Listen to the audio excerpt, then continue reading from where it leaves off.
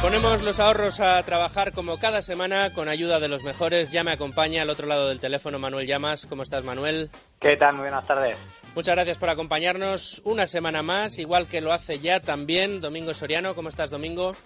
Hola, ¿qué tal, Luis Fernando? Muchas gracias a ti también por acompañarnos una semana más en esto de aprender conceptos de inversión, aprender cómo lo hacen los grandes gestores, los que más saben de esto de la inversión. Y otro que sabe mucho de inversión es Luis Alberto Iglesias desde Value School, que ya nos escucha. Luigi, ¿cómo estás?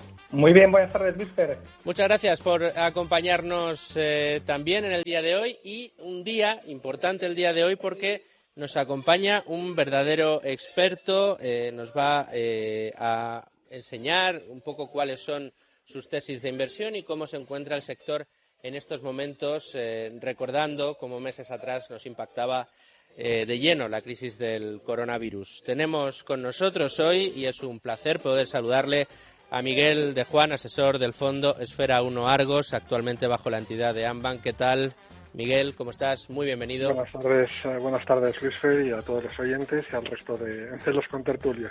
Muchísimas gracias por echarnos el teléfono en el día de hoy, por conseguir sacar ese hueco para dedicarlo a este programa, a Tu Dinero Nunca Duerme, y a todos nuestros oyentes que ya saben que estamos todos, y como estamos todos, comenzamos. Repasando las cartas de don Miguel de Juan a los argonautas, la que data de abril, Miguel de Juan recoge algunos aspectos fundamentales que caracterizan a los buenos value investors. Dice de Juan que hay que insistir en la disciplina inversora. Si recuerdan ustedes, aquel mes de abril, refiriéndose además al mes de marzo, fue cuando impactó con mayor virulencia la crisis del coronavirus en los mercados, provocando unas caídas astronómicas en aquel momento, históricas, podríamos decir. Leyendo la carta, recordaba otro programa en el que tuvimos la suerte de contar con Gonzalo Recarte, de Cobas. Gonzalo, que vino para hablarnos de trading, nos dijo que el éxito de la inversión viene en un 20% de conocimiento técnico, y nos decía que el 80% del éxito se lograba gracias a la disciplina.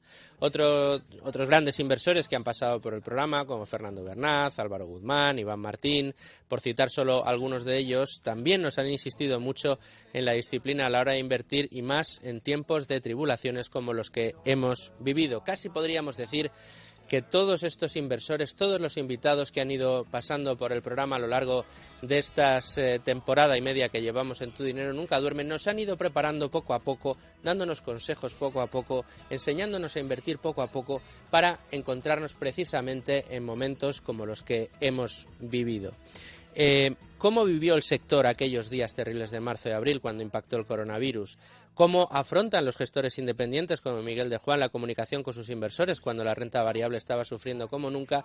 ¿O cómo, en el caso de Miguel de Juan, en esta ocasión, conforma su cartera, o cuáles son sus criterios de inversión a la hora de seleccionar negocios o compañías? A todo esto vamos a intentar dar respuesta en el día de hoy, pero antes déjenme que busquemos con Manuel Llamas unos puntos de recuerdo en su lección de cada semana. Hola, soy Gonzalo Recarte, de Cobas, y escucho Tu Dinero Nunca Duerme. En Buy and Hold llevamos más de 15 años gestionando activos financieros. Nuestros primeros partícipes han conseguido triplicar el capital que nos confiaron. Para conocer nuestros fondos de inversión, llámanos al 900-550-440 o entra en buyandhold.es. Buy and Hold, tu inversión es nuestra inversión.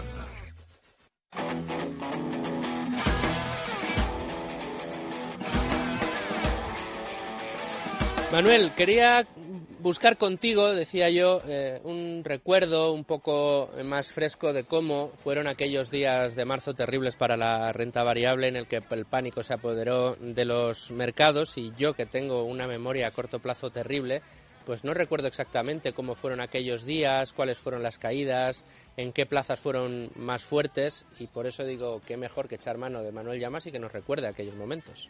Bueno, pues a lo mejor tú no lo recuerdas perfectamente, pero desde luego millones de ahorradores inversores lo recuerdan a la perfección, puesto que los meses de marzo y abril fueron un cataclismo bursátil, una de las grandes caídas en bolsa de todos los tiempos, una de las mayores caídas en bolsa de todos los tiempos, quizás la mayor, la más intensa y la más rápida desde el famoso crack del 29. Y además fue una caída absolutamente generalizada que se extendió por todo el globo. Los principales índices bursátiles llegaron a perder más de un 30% y se produjeron fenómenos absolutamente inéditos, como por ejemplo el hecho de que el barril de crudo, el barril de petróleo, pues llegara a cotizar en negativo. Es decir, que aquellos que habían contratado en futuros la compra de petróleo, pues se desprendieran de ellos, incluso llegando a pagar, porque no había almacenamiento, no había espacio físico para poder almacenar esos barriles y por lo tanto los tenían que liquidar o bien a precio de arribo o, como digo, directamente pagando. Hasta $40 creo que se llegaron a pagar, ¿eh? Eso fue, efectivamente, eso fue lo que sucedió durante esas semanas, como digo, caídas muy sustanciales, y lo que se produjo como consecuencia fue ventas masivas, un efecto dominó que se tradujo en muchos inversores que tuvieron miedo debido a esta situación, debido a estas fuertes caídas, y vendieron sus acciones deshaciendo sus posiciones. La cuestión es ¿por qué? ¿Por qué sucedió? Pues básicamente yo creo que ya a estas alturas todos nuestros oyentes tienen un concepto más o menos claro al respecto. Lo que sucedió fue una gravísima crisis sanitaria que comenzó en China, pero que posteriormente se extendió por multitud de países. Y esa crisis sanitaria, debido al enorme poder de contagio del coronavirus y a la gravedad que suponía en algunos casos, hacía temer que se produjera un colapso sanitario en los países más afectados. Y eso fue precisamente lo que sucedió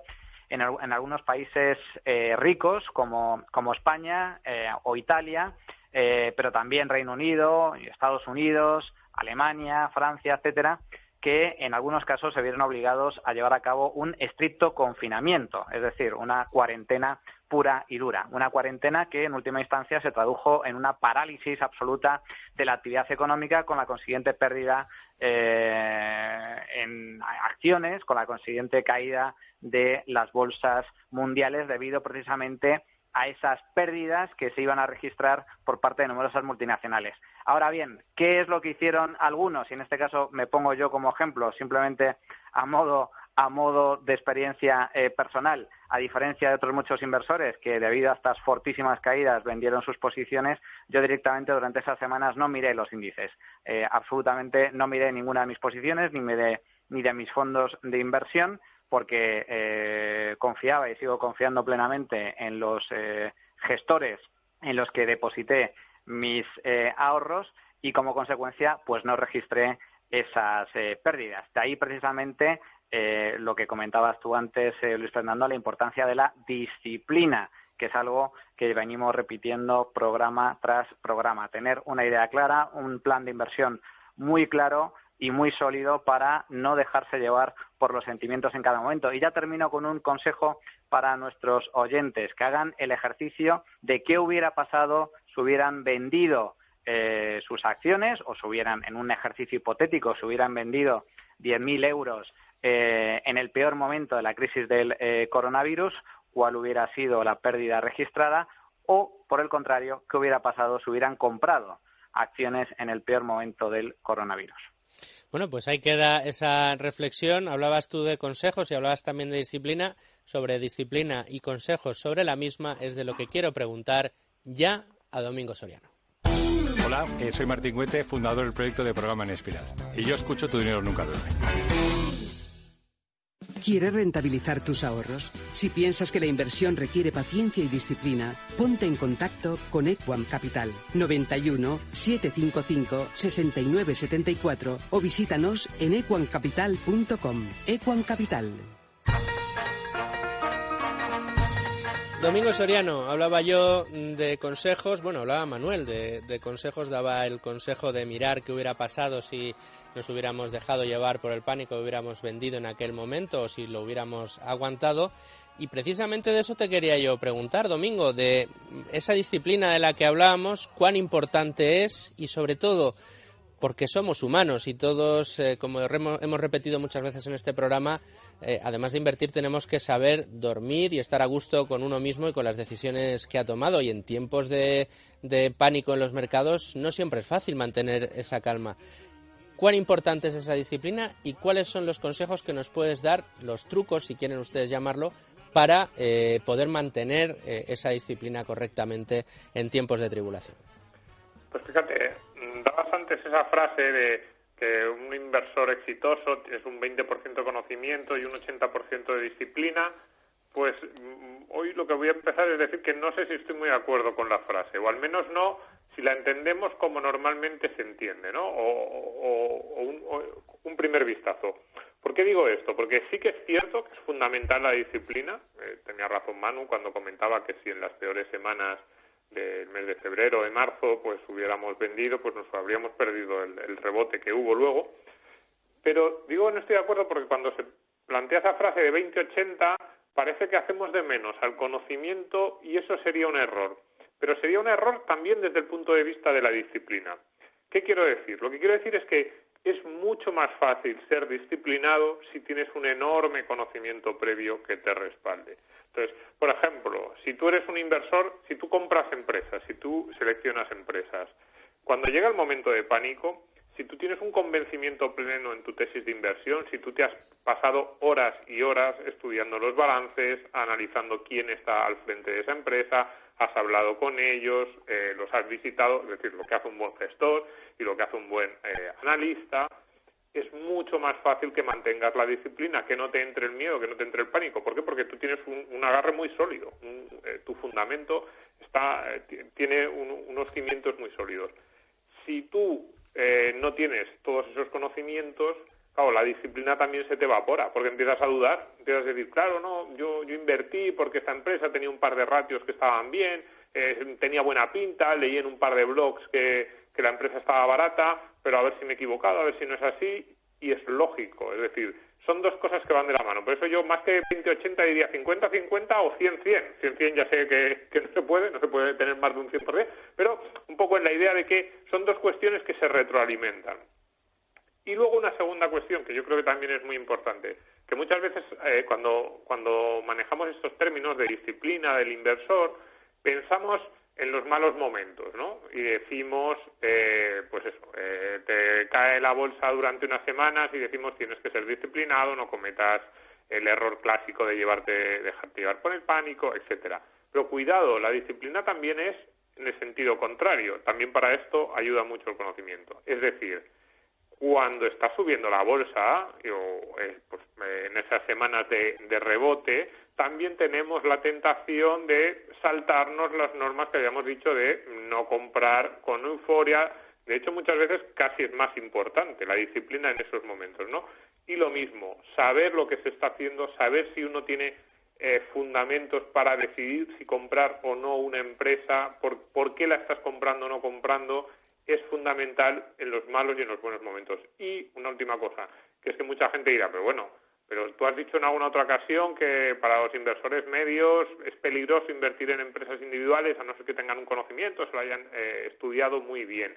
Y eso es cierto. Pero todo esto que decimos del conocimiento también se puede aplicar perfectamente a los fondos de inversión o a la cartera que tenga un inversor, porque a lo mejor uno que tenga más en inmobiliario o en otro tipo de activos.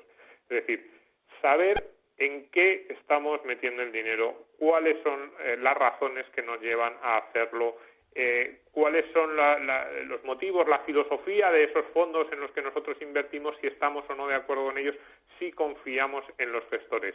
Ese conocimiento, que lleva un poco de esfuerzo, esto hay que decirlo, lleva esfuerzo, es más cómodo a lo mejor estar un día mirando la tele, pues bueno, esas pequeñas horas de estudio, también escuchar a los grandes gestores, a la gente que sabe, a todos esos invitados que nosotros hemos traído en este programa, yo creo que es bastante importante. Luego, cuando paga sus dividendos, es en esos momentos, porque en esos momentos ese conocimiento, ese haber leído a los que saben, ese haber escuchado a los que saben, ese haberte preocupado por informarte, hace que mantener la disciplina sea muchísimo más fácil. También las emociones las educamos nosotros. Bueno, pues ahí queda ese consejo.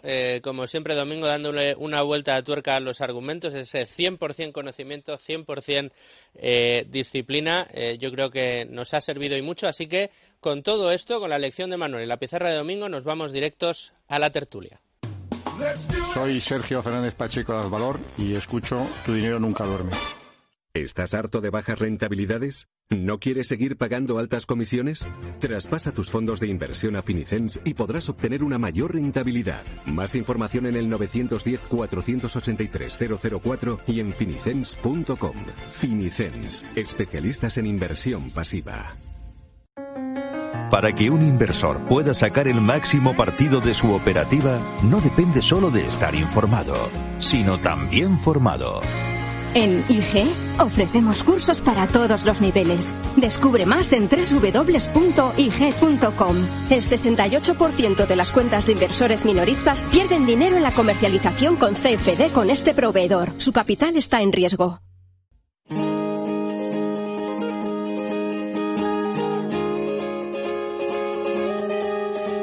Luis Alberto Iglesias, de nuevo programa importante, de nuevo un expertise digno de elogio el que tiene nuestro invitado de hoy, invitado que llega de la mano, como siempre, de Value School y que tiene cosas muy importantes que contarnos y muy interesantes de cara, sobre todo, en este momento en el que nos encontramos, en el que podemos mirar de forma reposada, como yo decía al principio, todo lo que pasó en esos primeros días,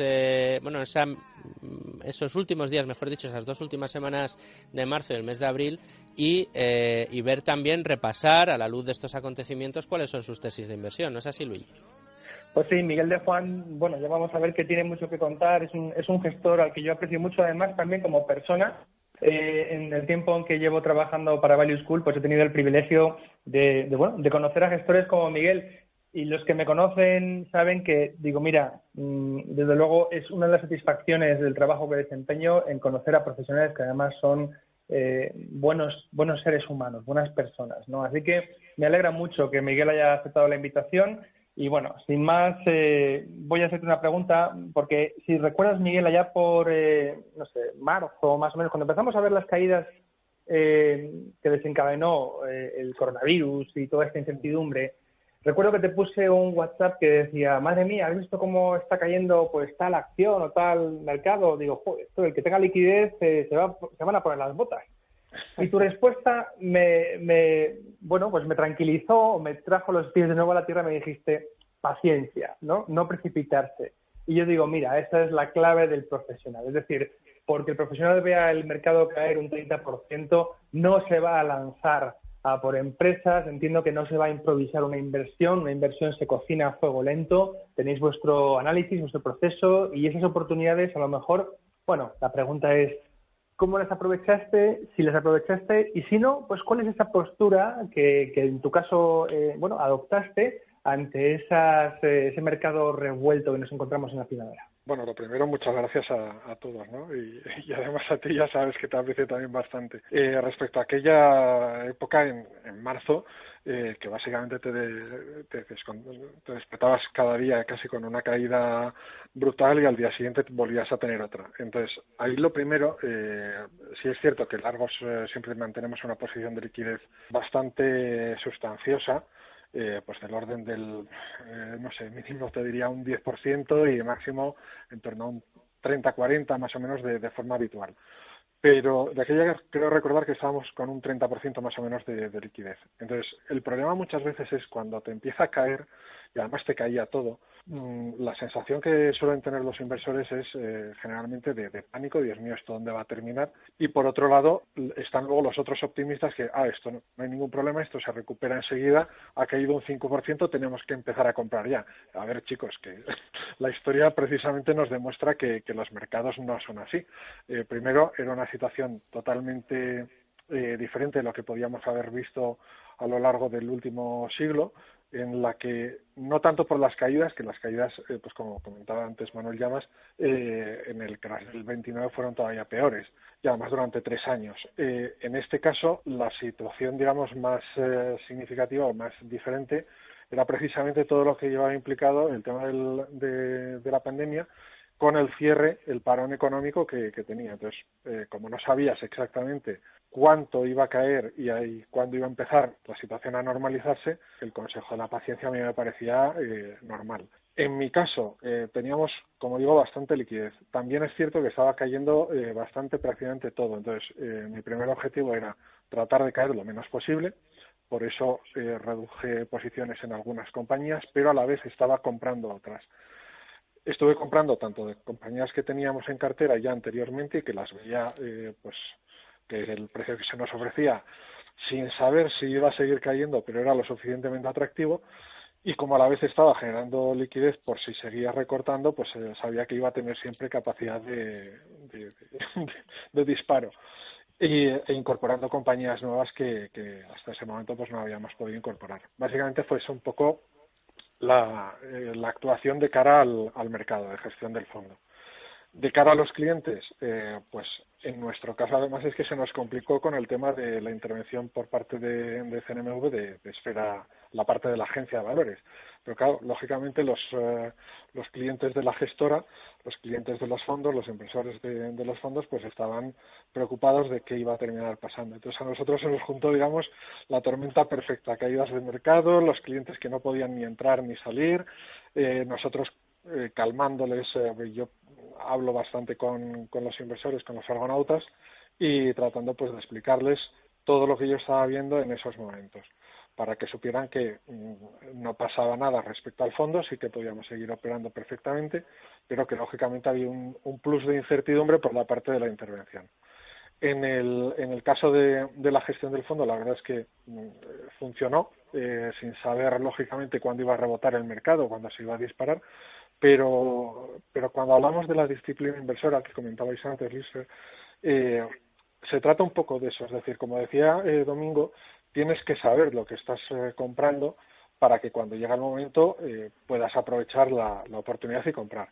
Nunca vas a saber a corto plazo cómo te va a funcionar. Es decir, pues comprar hoy algo que calculas que te vale 10, estaba en 5 antes del COVID, por así decir, te acaba de caer a 3 y dices, un precio ideal, lo compro a 3, pero eso no quita que te pueda bajar a 2. Entonces, lo que tienes que tener la tranquilidad es de decir, bueno, esto sigue valiendo los 10 o como mínimo los 9, adiós, a 2 compro más. Básicamente es un poco lo que estuvimos haciendo. Fenomenal. Manuel, creo que tenías una pregunta. Sí, a mí me gustaría saber un poco cómo llegaste al mundo del value investing, cómo descubriste esta filosofía de inversión y más concretamente, aparte de cómo la descubriste, ¿qué opinión tienes sobre la evolución divergente que ha existido en los últimos años entre el value investing y los fondos growth? Porque parece ser que pues el value investing estos últimos años pues ha obtenido menores rentabilidades que en periodos previos. ¿Cuál es tu opinión al respecto? Sí, a ver, te cuento. Yo llego al value investing de rebote porque estábamos en el año 2001, todavía estaba trabajando en banca en banca privada, y de aquella estaba en Citi. Y recuerdo pues entrar en internet y veías comentarios sobre Warren Buffett, el inversor, el gran afamado, no sé cuánto, y había un librito que en inglés era The Warren Buffett Way, lecciones del inversor que ha convertido $100 en 100 billones, ¿no? 100 billions. Y parecía, a mí la sensación que me daba era, esto va a ser un ¿quién se ha llevado mi queso? Un libro de autoayuda. Pero al final, como había tan buenos comentarios respecto a Warren Buffett, pues terminé comprándolo. Lo hice de segunda mano, en edición de bolsillo, perdón. Es una edición que normalmente no compro, y me lo leí, y la verdad es que ahí me cambió la vida porque dije, esto sí, esto lo entiendo y esto me parece totalmente lógico, y a partir de ahí fue tratar de leer todo lo posible de Buffett, de Graham y demás. Eso fue, digamos, como yo llegué al value investing, estando todavía en banca privada. Y luego finalmente en el 2010, que es cuando dejó la banca privada y montamos el fondo, pues lógicamente tenía muy claro que tenía que ser de estilo value. Y sobre la evolución de estos últimos años, a ver, hay de todo. Sí es cierto que gran parte, por así decir, de los fondos value tradicionales se han quedado un poco descolgados en relación pues tanto a los índices. Cuando hablo de los índices estoy hablando en este momento respecto al índice americano, el Standard & Poor's, y sobre fondos de estilo growth, de estilo crecimiento. Para mí es una disyuntiva que no tiene mucho problema, es decir, hay situaciones en las que las rentabilidades que te ofrece el mercado es lo suficientemente atractiva o es lo suficientemente potente como para que aunque los value estén ganando dinero para sus inversores, se queden descolgados respecto al mercado. Y en otras circunstancias está la guerra más de industria que no de concepto, de qué es un fondo valor y qué es un fondo crecimiento. Por fondo valor, la industria generalmente entiende a pensar que es pues compañías maduras, de alta rentabilidad por dividendo, bajo PER, bajo precio sobre valor en libros, y realmente no es eso como yo veo al value ni como yo lo he aprendido de Buffett, por ejemplo. Para mí el value puede perfectamente funcionar cuando estás comprando compañías tecnológicas, no es algo de lo más habitual precisamente por las circunstancias del sector de la tecnología, que es especialmente cambiante, pero ya Miller en los años 80-90 lo estuvo haciendo. En su día, en los años 30-40, Phil Fisher fue el primero en concentrar en compañías de muy buena calidad, o sea que no es algo realmente que esté prohibido para una inversión en valor.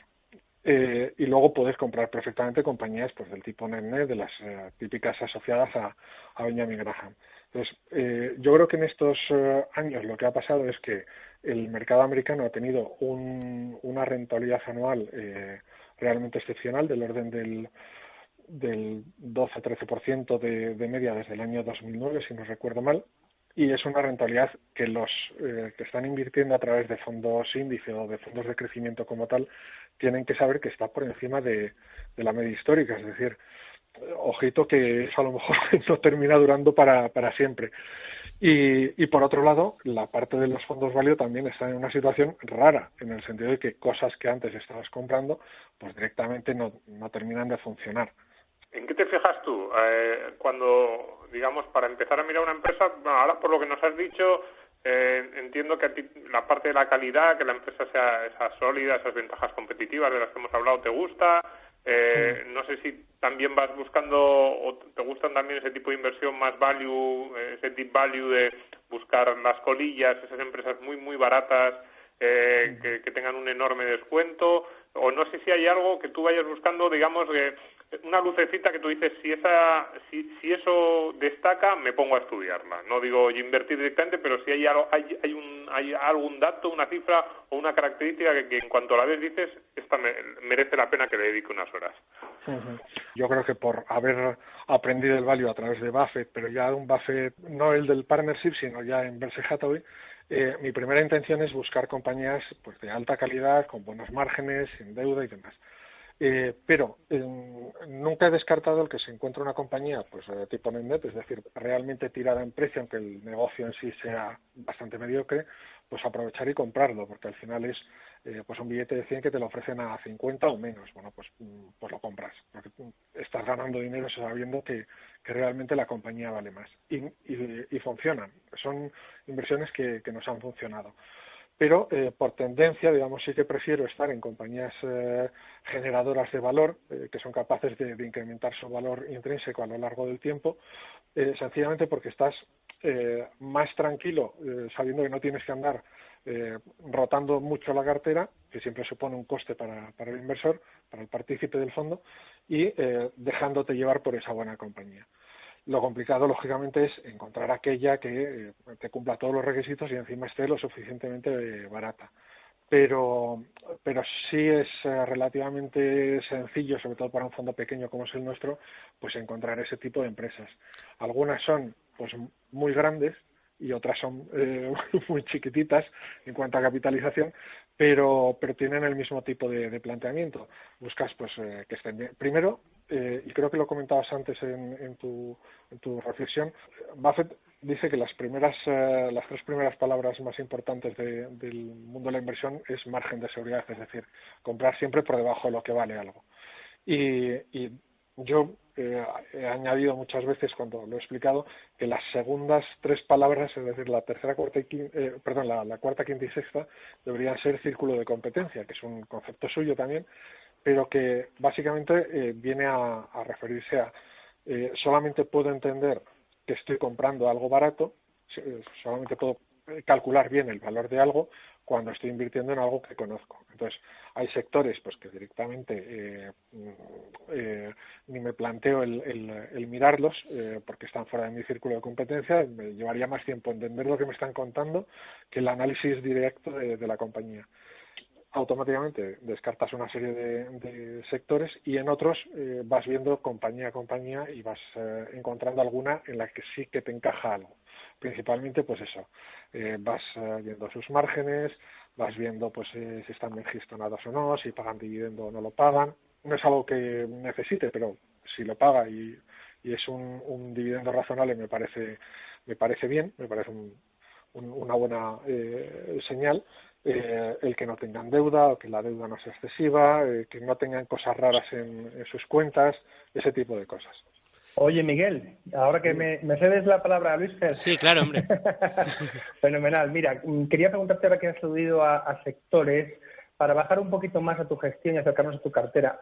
En Value School tenemos del año pasado un par de vídeos sobre el sector retail, el de la venta minorista, que al parecer es un sector que a los inversores, gestores value, les está dando un poquito de quebraderos de cabeza porque no acaban de aceptar. Bueno, es un sector, lo sabemos, con una irrupción tremenda de la venta online, hay una convivencia de modelos tradicionales con modelos en Internet y no se sabe muy bien, pues lo que va a pasar con ese sector y ofrece, pues bueno, demasiada incertidumbre quizá a veces para invertir en él. Sin embargo, tú has invertido en una compañía de la que luego, si quieres, podemos hablar, Topstyle.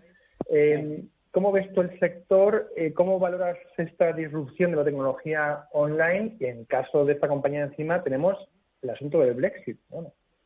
Realmente no creo que haya un sector especialmente más complicado que los demás, salvo si acaso el sector financiero y el tecnológico.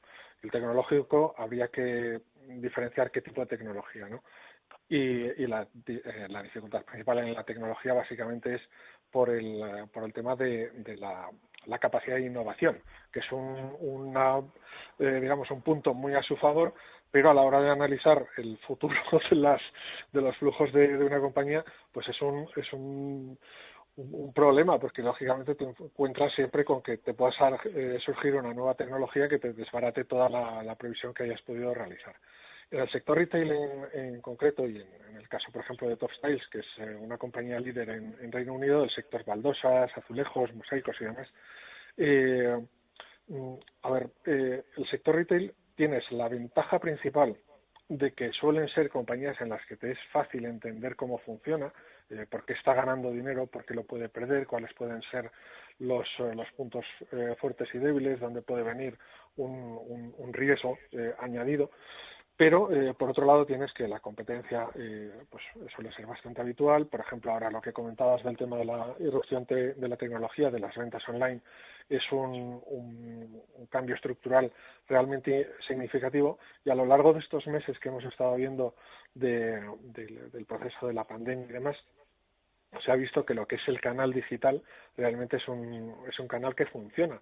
Por ejemplo, Topstyle en el 23 de marzo decidió cerrar todas las tiendas, cerró toda la actividad, pero al poco ya en abril, no sé si sobre el mediados de abril, creo recordar, ya empezó a abrir poco a poco lo que era el servicio a través online.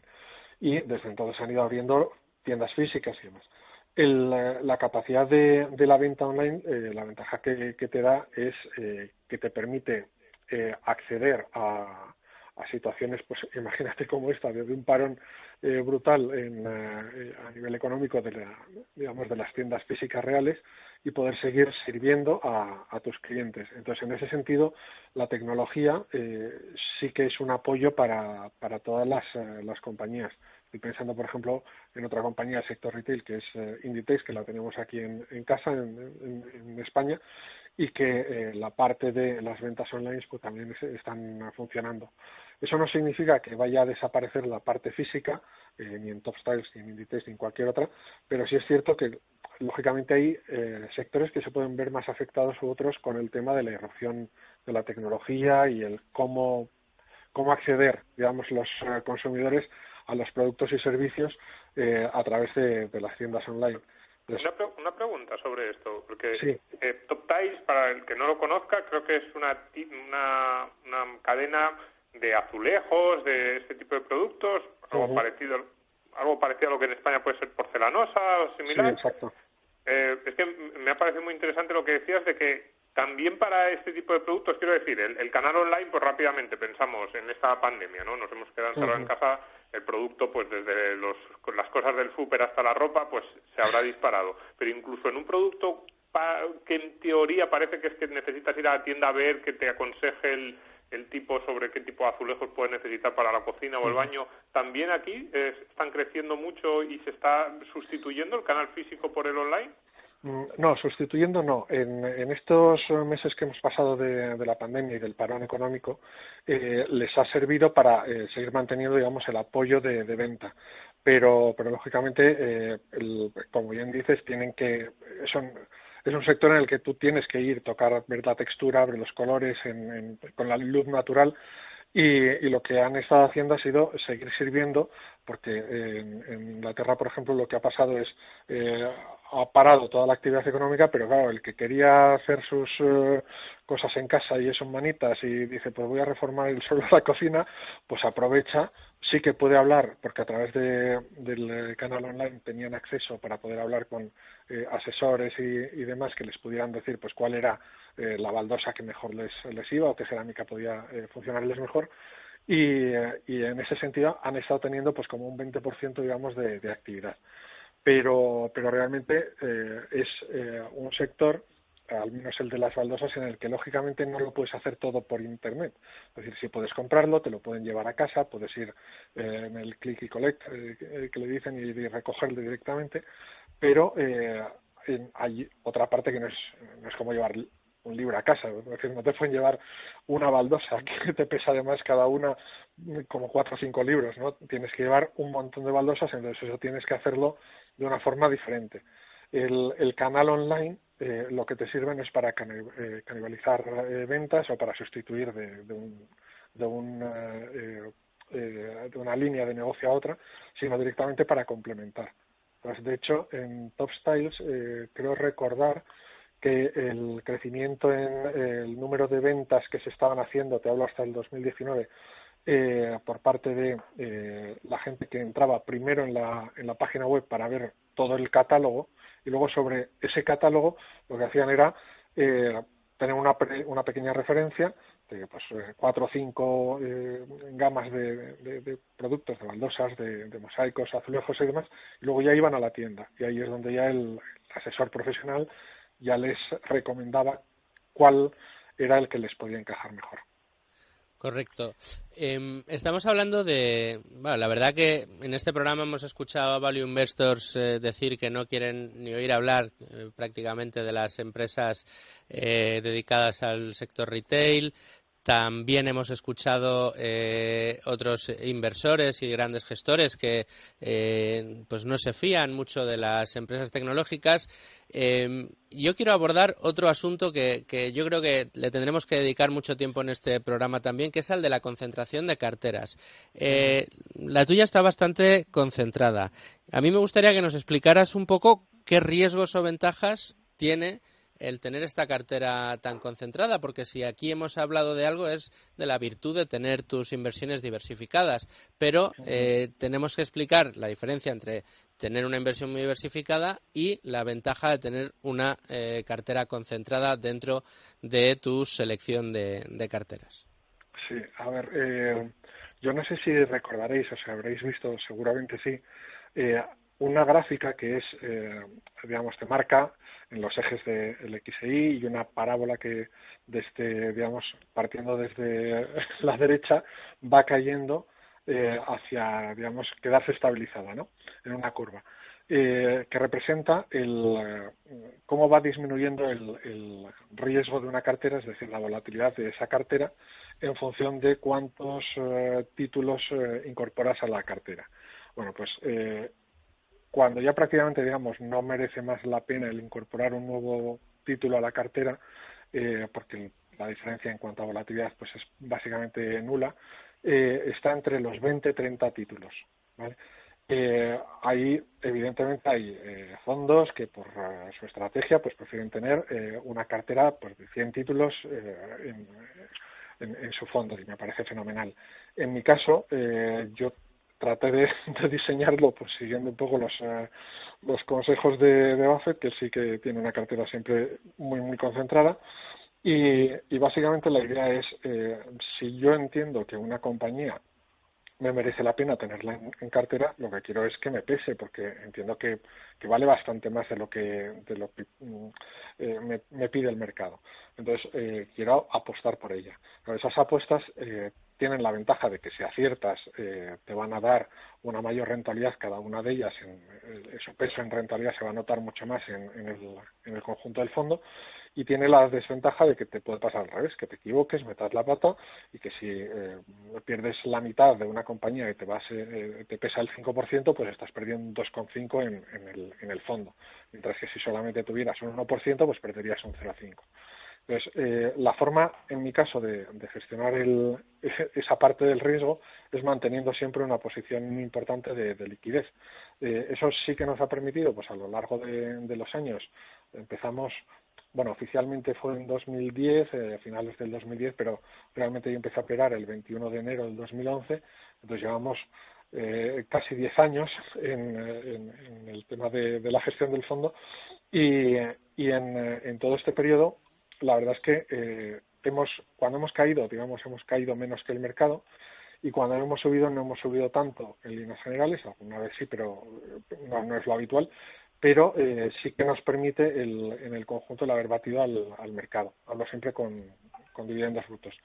Entonces, la ventaja de una cartera concentrada es que conoces, o digamos te centras más en estar al tanto de esas pocas compañías que tienes incorporadas en la cartera, te pesan más. Si funciona bien, pues y el mercado te termina dando la razón, pues al final te da un plus de rentabilidad, y todo lo contrario, cuando te equivocas también con todas las ganas, ¿no?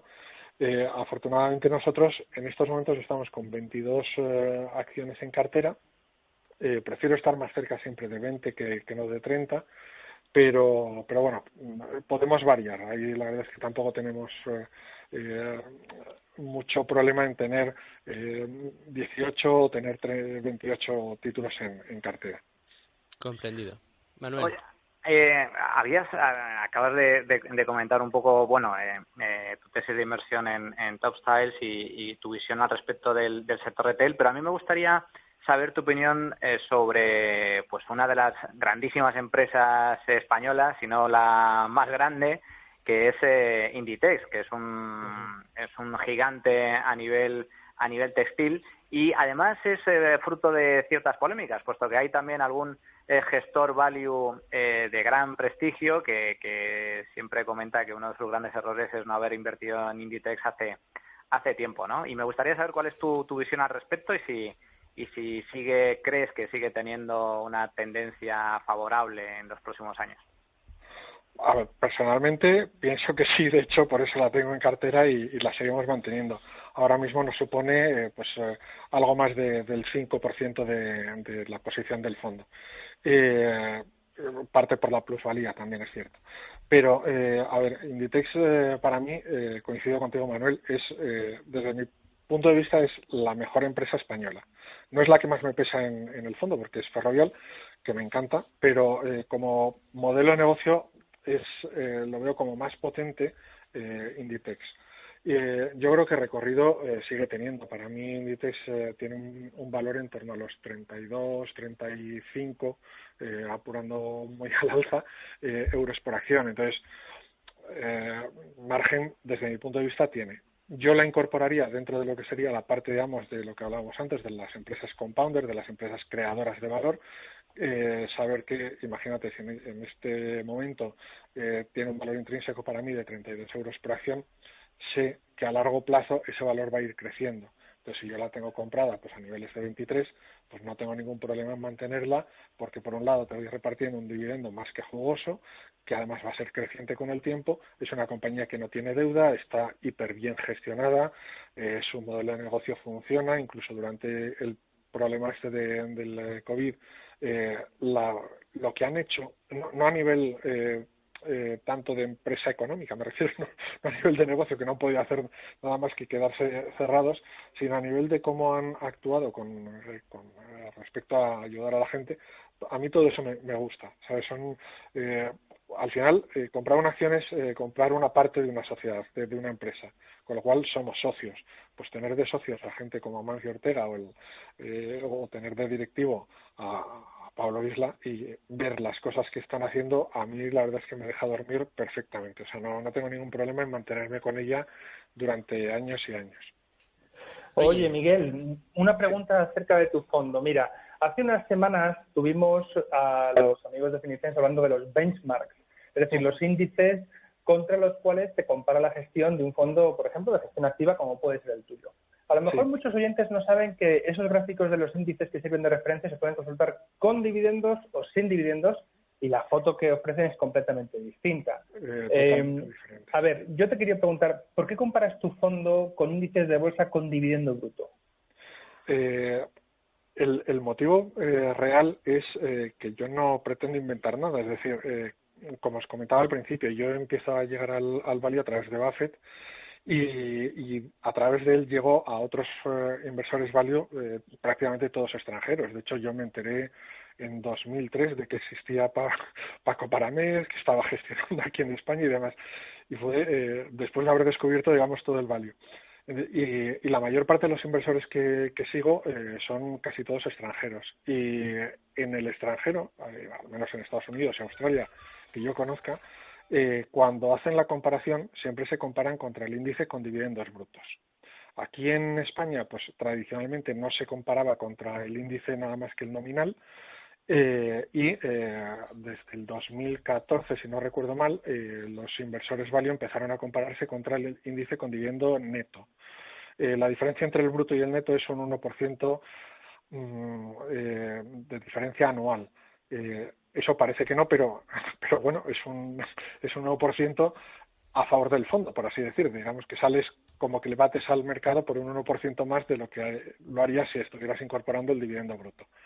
Como yo, insisto, como no pretendía inventar nada, simplemente lo había visto desde Graham, desde Phil Fisher, desde Klarman, Buffett, Munger y demás, todos se comparan contra sus índices, en este caso el Standard & Poor's o el Dow Jones, cuando estábamos hablando de Graham y demás, lo hacían contra el índice con dividendo bruto, sin tener en cuenta ni los gastos y demás. Un argonauta sí que me comentaba hace unos años, que nos conocimos, él es de Mallorca, pero nos conocimos en Valencia, y me decía, caray, es que te estás exigiendo mucho. Y yo, a ver, yo no puedo dar a los argonautas menos de lo que entiendo que sería lo que Buffett daría. O sea, lógicamente mi rentabilidad no se va a comparar a la de Warren Buffett, pero sí quiero dar ese tipo de información y de transparencia. Es decir, a ver, a mí me parece que aunque un inversor nunca podría conseguir exactamente la rentabilidad del índice con dividendos brutos, pues porque tiene una serie de costes o tiene una serie de fiscalidad, pero quiero compararme con ellos simplemente porque es lo que Buffett hace, por decirlo de alguna forma así más rápida. Y es por lo que yo desde el inicio siempre me he comparado contra, siempre pongo varios índices, pero el índice de referencia que tengo, digamos, en mente siempre es el IBEX 35 con dividendos brutos. Y ese es el motivo, el tratar de seguir el ejemplo del abuelo Buffett. Domingo. Una pregunta, un pelín más técnica, pero yo creo que puede ser muy interesante sobre el tema del sector de retail, porque yo creo que cada vez es un sector, y además que teniendo a alguien que lo conoce y lo domina también. Cuando uno se pone a mirar las cuentas de estas compañías, una de las claves en el tema del activo es, pues en la parte del activo los inventarios, en la parte del pasivo las cuentas a deber a proveedores a los que tienen que pagar y es complicado siempre medir en este tipo de empresas si el inventario es inventario de verdad, si es algo que se les está ahí acumulando, si van a estar ahogados por sus obligaciones a corto plazo y si esos activos a corto plazo también, que pueden ser, pues eso, por ejemplo, el tema de inventarios los van a ir sacando. ¿Cómo mides tú eso? ¿En qué te fijas en una empresa? Porque para un inversor medio que a lo mejor esté empezando a meterse en este sector, ¿qué le aconsejarías tú a la hora de analizar esta cuestión, que puede ser una de las importantes en este sector? Sí, a ver, en primer lugar, nunca puedes analizar un único año. Necesitas tener una referencia de al menos 7, 10 años, ¿no? Cuanto más mejor. Pero normalmente siempre se tiende a preguntar, cuando das una conferencia, o como ahora, por ejemplo, en una entrevista, cuáles son los ratios o qué fórmula, y estás buscando siempre como la fórmula matemática para tratar de sacar el valor. Y yo siempre digo, a ver, esa es la última parte, y realmente es la más sencilla de calcular, porque al final no son más que cifras. La parte complicada es entender el modelo de negocio. Entonces, para eso tienes que y entender también quiénes son tus socios.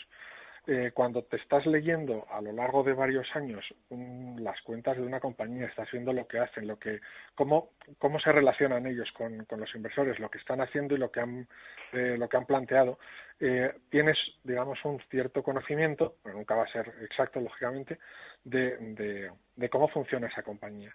Entonces, hay veces en las que te encuentras directamente con compañías pues muy sencillas, porque no hacen nada más que diseñamos o pedimos que nos diseñen una serie, como en este caso, de baldosas, de cerámica y demás, y lo vendemos.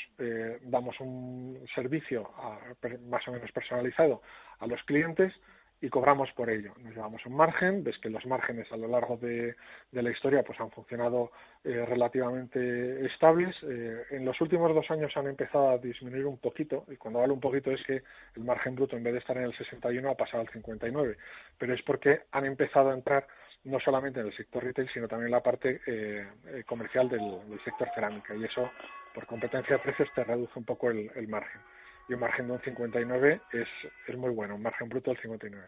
Entonces, cuando ves que no tienen cosas extraordinarias, que no hacen cosas raras, que te pagan el dividendo que te han prometido, en este caso, por ejemplo, lo han paralizado por el tema del COVID, pero estamos hablando de que el dividendo del año pasado, por ejemplo, a los precios actuales, pues está entre el 6 y pico, 7% de rentabilidad por dividendo. Entonces, cuando tienes ese tipo de sensación, por así decir, de feeling de que lo que estás viendo es todo correcto, es cuando ya te pasas a la parte, digamos, de los números. Y ahí, por ejemplo, con lo que me comentabas, siempre te pueden llegar trampas, ¿vale? Pero, y realmente son a veces complicadas de encontrar. En el tema, por ejemplo, del estocaje, sí puedes ir viendo si la evolución del estocaje a lo largo de los años va un poco en línea con lo que está pasando con la cifra de ventas. Si tuvieran, por ejemplo, muchos clientes a deber y está creciendo muy por encima de lo que está creciendo la venta, posiblemente sí sea una señal de decir, oye, aquí en vez de darlos como morosos me los están metiendo como que me los deben, pero realmente no funciona. Es decir, la cifra de ventas que está creciendo, imagínate, a un 5% anual, y los clientes están creciendo a ritmos de un 10-12%, pues algo no cuadra, ¿no? Entonces, hay ciertas señales, pero para encontrar esas señales primero es cuando tienes que sentirte cómodo con todo lo que has leído de la compañía. Luego lo que son los cálculos, de verdad que son una chorrada. Hay algunos que no es nada más que A más B menos C, es decir, el activo fijo más el activo circulante menos el pasivo, y lo que me queda, ¿cuánto vale? Pues eso, por ejemplo, lo recuerdo no era una compañía del sector retail, pero era con ArcelorMittal, que el cálculo era así de sencillo. Valía, pues como mínimo, recuerdo, sobre los 5 y pico euros, os hablo de antes del split, y estaba cotizando a 3,5. Pues dices, hombre, pues malo será que no ganemos dinero solamente con esto, ¿no? Después de haber hecho todos los ajustes que querías y demás. De nuevo, Miguel, el conocimiento que nos ayuda a mantener la disciplina, ¿no? En este caso, el conocimiento a la hora de estar más tranquilo con una inversión. Perdona que te corte, pero es que nos estamos quedando ya sin tiempo. De todas maneras, creo que está bastante explicada esta última pregunta de Domingo. Déjame, Miguel, que te diga que este programa no solo lo puedes seguir por la sintonía de radio, sino que también puedes descargártelo en los podcasts de Spotify Spotify, Apple Podcast o iVoox, también en las plataformas de Value School y de Es Radio, y que tenemos que darle cabida y entrada también a más conocimiento que nos ayude a tener mayor disciplina y que viene cada semana de la mano de Value School con Luis Alberto Iglesias. Hola, soy Fernando Bernat de Advalor y escucho Tu dinero nunca duerme.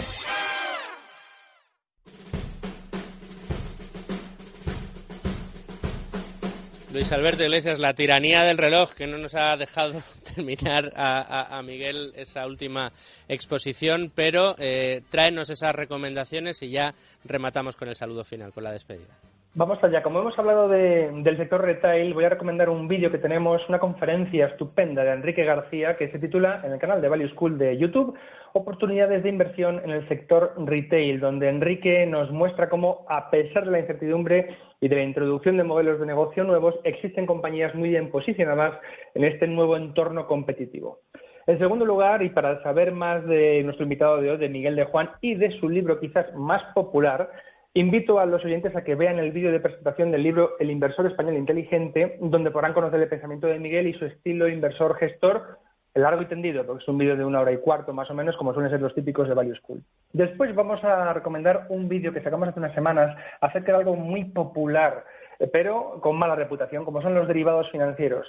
Hemos producido un vídeo que se titula ¿Cuándo y por qué surgieron los derivados financieros?, para explicar por qué esto que Warren Buffett considera armas de destrucción masiva quizá no lo son tanto, si vemos y entendemos para qué se utilizan y cuál es su finalidad y por qué existen realmente. Y por último, hace unas semanas publicamos una clase magistral entre mi compañero Andrei Turkmel y yo, que hemos titulado Aprende a invertir, los principios de la inversión inteligente. Es una clase donde, si uno quiere empezar a invertir, desde luego recomiendo verla de principio a fin. Es un poquito larga, son un par de horas, pero contamos todo lo que hay que saber para poner tu dinero a trabajar con la estrategia, ojo, que mejor se adapte a los objetivos de cada uno los suyos. Bueno, Luigi, pues muchas gracias. Ahí quedan esas recomendaciones. Miguel de Juan, muchísimas gracias por dedicarnos este ratito de domingo veraniego en Es Radio con Tu dinero nunca duerme. Pues muchas gracias a vosotros también. Amenazo con volver a llamarte para próximos temas. Ya ven que no hay dogmas escritos en piedra y que se puede ser value, invertir en retail, se puede ser value y ver con buena cara las carteras concentradas o las tecnológicas. Todo es combinar, como decíamos, esa disciplina con el conocimiento. Manuel y Domingo, muchas gracias también a vosotros por acompañarnos en este fin de semana. Un abrazo. Y a todos ustedes les dejo con la sintonía de Radio, con la mejor programación del verano, la de esta emisora. Y nada, les espero la semana que viene. Hasta luego, amigos.